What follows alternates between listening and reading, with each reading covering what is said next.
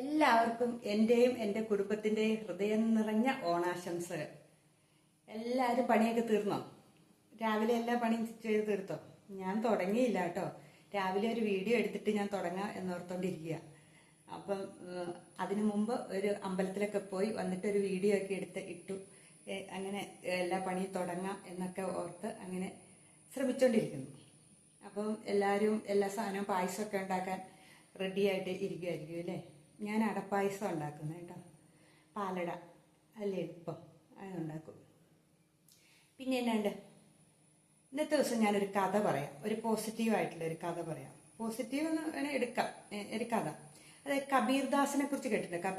കബീർദാസ് എന്ന് പറഞ്ഞ ഒരു കീർത്തനങ്ങളൊക്കെ എഴുതുന്ന, അല്ലെങ്കിൽ ഇങ്ങനെ കൃഷ്ണഭക്തനായിരുന്നു കബീർദാസ് ഭയങ്കരമായിട്ട് കൃഷ്ണനെ ഇങ്ങനെ മനസ്സിൽ കൊണ്ട് ആരാധിച്ച എല്ലാം കൃഷ്ണമയമായിട്ട് കണ്ടുകൊണ്ടിരുന്ന ഒരു വ്യക്തിയായിരുന്നു കബീർദാസ്.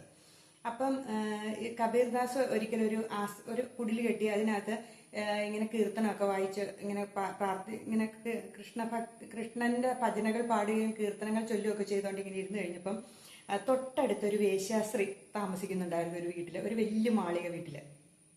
അവരുടെ വീട് വലിയ മാളിക വീടാണ്. ഒത്തിരി ആൾക്കാർ ഇവരുടെ അടുത്തേക്ക് ഇങ്ങനെ വന്നുകൊണ്ടിരിക്കുന്നു. ഇവർ ഈ ചീത്ത കർമ്മം ചെയ്യണതുകൊണ്ട് കബീർദാസിന് അങ്ങോട്ട് മനസ്സിനൊരു ഭയങ്കര വിഷമം. ഈ ആൾക്കാരിങ്ങനെ വന്ന് പോകുന്നതും കൂടെ കണ്ടു കഴിഞ്ഞപ്പോൾ പുള്ളിക്ക് വിഷമം തോന്നിയതുകൊണ്ട് ഒരു ദിവസം ഈ സ്ത്രീയുടെ അടുത്തേന്ന് പറഞ്ഞു, നിങ്ങൾ ഇങ്ങനെയുള്ള പ്രവർത്തികൾ, ഈ കർമ്മങ്ങളിൽ നിന്ന് നിങ്ങൾ ഒഴിവായിട്ട് നിങ്ങൾ നല്ല കാര്യങ്ങൾ ചെയ്യുക ജീവിതത്തിൽ. നിങ്ങൾക്ക് എന്തെങ്കിലും ഇത് കുറച്ച് കഴിയുമ്പം നിങ്ങൾ ഇത് ദുരിതം അനുഭവിക്കേണ്ടതായിട്ട് വരും. കർമ്മം എന്ന് പറയുന്നതിൻ്റെ ഒരു ദുരിതം അനുഭവിക്കേണ്ടതായിട്ട് വരും എന്നിങ്ങനെ പറഞ്ഞു. അപ്പം അവരെ ഈ സ്ത്രീയുടെ അനുയായികളും ഈ സ്ത്രീയും കൂടി ഇയാളെ ചീത്ത പറഞ്ഞ് ഓടിച്ചു വിട്ടു. പറഞ്ഞ ഇയാളെ തൊട്ടുമുട്ടി തന്നെയാ ഇവരെ കൊട്ടാരോ ഈ ആശ്രമം. ഉടനെ ഇയാൾ വീട്ടിൽ വന്നിരുന്നു കഴിഞ്ഞിട്ട് ഈ ആശ്രമത്തിൽ വന്നിരുന്ന കബീർദാസ് എന്നാ ചെയ്തു? കബീർദാസ് ഒച്ചത്തിൽ ഇങ്ങനെ ഭജനകൾ പാടാൻ തുടങ്ങി, കീർത്തനങ്ങളും ഒക്കെ.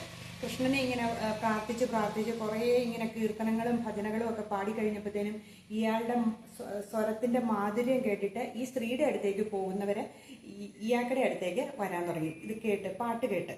അപ്പൊ അവരവിടെ വന്നിരിക്കും, മണിക്കൂറുകളോളം ഇരുന്ന് ഇയാളുടെ ഈ കീർത്തനങ്ങളും ഭജനകളും ഒക്കെ കേൾക്കാൻ തുടങ്ങി കഴിഞ്ഞപ്പോൾ സ്ത്രീയുടെ അടുത്തേക്കുള്ള ആൾക്കാർ വരവ് കുറഞ്ഞു കഴിഞ്ഞപ്പോഴത്തേനും അവർക്ക് ദേഷ്യമായി. അവരുടനെ അവരുടെ അനുയായികളോട് പറഞ്ഞു, കബീർദാസ് സ്ഥലത്തില്ലാത്ത സമയത്ത് ഈ ആശ്രമം അങ്ങ് കത്തിച്ചു കളഞ്ഞേക്കാൻ പറയും.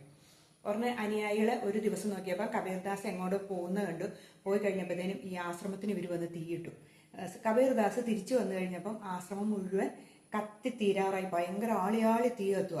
അപ്പം എനിക്ക് ആശ്രമമില്ലെങ്കിലും എനിക്ക് ഭഗവാനെ സ്മരിക്കാൻ എനിക്ക് ഈ മിറ്റം ധാരാളം മതി, ഈ പുറത്തിരുന്നാണേലും എനിക്ക് ഭഗവാനെ പ്രാർത്ഥിക്കാമല്ലോ എന്ന് പറഞ്ഞ് പുള്ളി ആ നിലത്തിരുന്ന് ഇങ്ങനെ ഭജന പാടാൻ തുടങ്ങി. ഭയങ്കരമായിട്ട് കൃഷ്ണനെ ഇങ്ങനെ പ്രകീർത്തിച്ച് പാടാൻ തുടങ്ങിയപ്പം ഒരു ഭയങ്കര കാറ്റ് വന്നങ്ങ് അടിച്ചപ്പം ഈ തീ പറന്ന് അവരുടെ കൊട്ടാരത്തിന്റെ ആ ബംഗ്ലാവിന്റെ മുകളിൽ ചെന്ന് ചാടി അത് അവിടെ കിടന്നിട്ട് അതങ്ങ് വലിയ തീയായിട്ട് അങ്ങ് ആളിക്കത്തി അത് മുഴുവൻ അങ്ങ് നശിച്ചു പോയി. അപ്പോഴത്തേനും ഈ സ്ത്രീ ഇറങ്ങി വന്നിച്ച് പറഞ്ഞു, നിങ്ങൾ എന്താ ഈ കാണിച്ചത്, നിങ്ങൾ എന്തിനാ തീയിട്ടേന്ന് ചോദിച്ചപ്പോൾ കബീർദാസ് പറഞ്ഞു, നിങ്ങളോട് ഞാൻ അന്ന് പറഞ്ഞില്ലേ കർമ്മത്തിന്റെ ഫലം നമ്മൾ അനുഭവിക്കുമെന്ന്. ഞാൻ പോസിറ്റീവായിട്ടായിരുന്നു പുള്ളി പറഞ്ഞു കൊടുത്ത സ്ത്രീക്ക്, എന്നിട്ട് നിങ്ങളത് മൈൻഡ് ചെയ്തില്ലല്ലോ എന്നിങ്ങനെ പറഞ്ഞു. അപ്പോഴാണ് അവർക്ക് അവരുടെ തെറ്റുകൾ മനസ്സിലായത്. എന്നിട്ട് പറഞ്ഞു,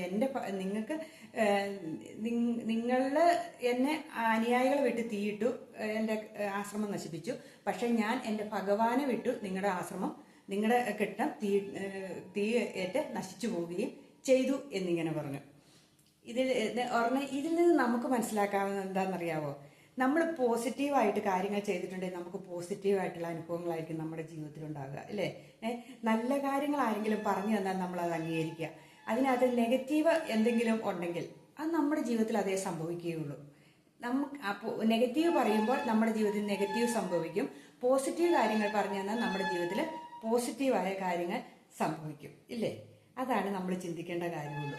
ഇപ്പൊ കബീർദാസിന്റെ ഈ കഥയിലൂടെ ഞാൻ പറഞ്ഞു തന്നത് അവിടെ പോസിറ്റീവായിട്ടൊരു വശമാണ് കബീർദാസ് ആ സ്ത്രീക്ക് പറഞ്ഞു കൊടുത്തത്. അവർക്ക് നന്നാവാനുള്ളൊരു മാർഗം, അവർക്ക് നല്ല കാര്യങ്ങൾ ചെയ്ത് ജീവിക്കാനാണ് പറഞ്ഞു കൊടുത്തത്. പക്ഷെ അവരത് ചെയ്തില്ല. അവർ നെഗറ്റീവ് തന്നെ ചെയ്തുകൊണ്ടിരുന്നു. അവസാനം അവർക്ക് ആളുകളില്ലാണ്ടായി. അവസാനം അവരുടെ ആ ബംഗ്ലാവ് തന്നെ കത്തിച്ചാമ്പലായി പോകുന്ന അവസ്ഥയിലേക്കും ഉണ്ടായി.